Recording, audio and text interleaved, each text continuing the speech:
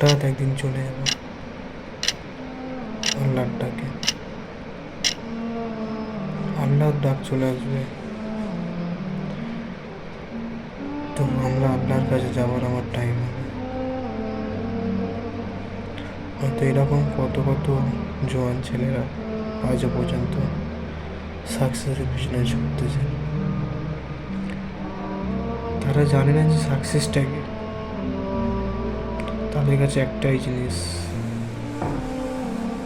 যে আজকে নামাজ পড়ো, কালকে নামাজ পড়ো, কিন্তু কালকে দিনটা আসছে না। সাকসেসটা হলো এই যে যে তওবা করে আল্লাহর পথে ফিরে আসে। হে মানুষ, তুমি ভুলে গেছো তোমাকে কিসের জন্য দুনিয়াতে পাঠিয়েছে।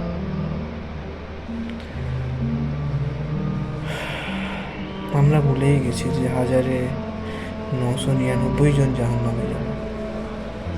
হতে পারবো আমরা সেই হাজারে একজন? কি মনে হয় আমি পারবো? আপনি পারবেন না।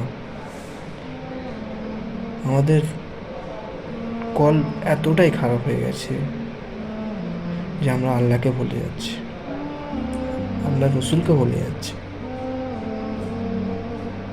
আর আমরা শুধু সাকসেসের পিছনে ছুটছি, যেখানে দুনিয়াটা একটা মায়া। আজকে পয়সা আছে, কালকে শেষ হয়ে যাচ্ছে, আবার পয়সা আসছে, আবার শেষ হয়ে যাচ্ছে। কিন্তু আমাদের যে চাহিদাটা আছে সেই চাহিদাটাই কম হচ্ছে না। মানুষকে যদি এখন জিজ্ঞেস করা যায় যে আপনি সাকসেস কবে পাবেন, হয়তো আমরা হয়তো জোয়ান ছেলে, তার যারা বয়স্ক হয়ে গেছে তারা আজও পর্যন্ত কাজ করছে, কিন্তু তাদের দিকে তাকিয়ে আমরা ভাবছি না যে আমাদের কী হবে। আমরা ওই জায়গায় যাবো, হয়তো সে বয়স হয়ে গেছে, আমরা হয়তো জোয়ান আছি, কিন্তু আমাদেরকে ওই জায়গায় যেতে হবেই। আর আল্লাহ যদি হিয়াত রাখে তবে যেতে পারে, তার আগে আমরা মরে যেতে পারি। তো আল্লাহ পাক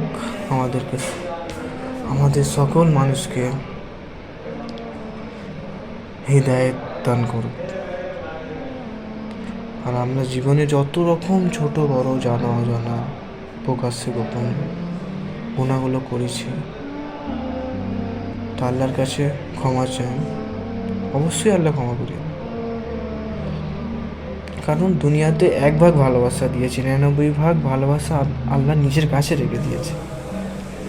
তো আপনি এখন ইমাজিন করতে পারবেন যে আল্লাহ আমাদেরকে কতটা ভালোবাসে। এখন 1 ভাগ ভালোবাসার জন্য মানুষ কতই কিনা করে, এখনও 99 ভাগ ভালোবাসা আল্লাহ নিজের কাছে রেখে দিয়েছে।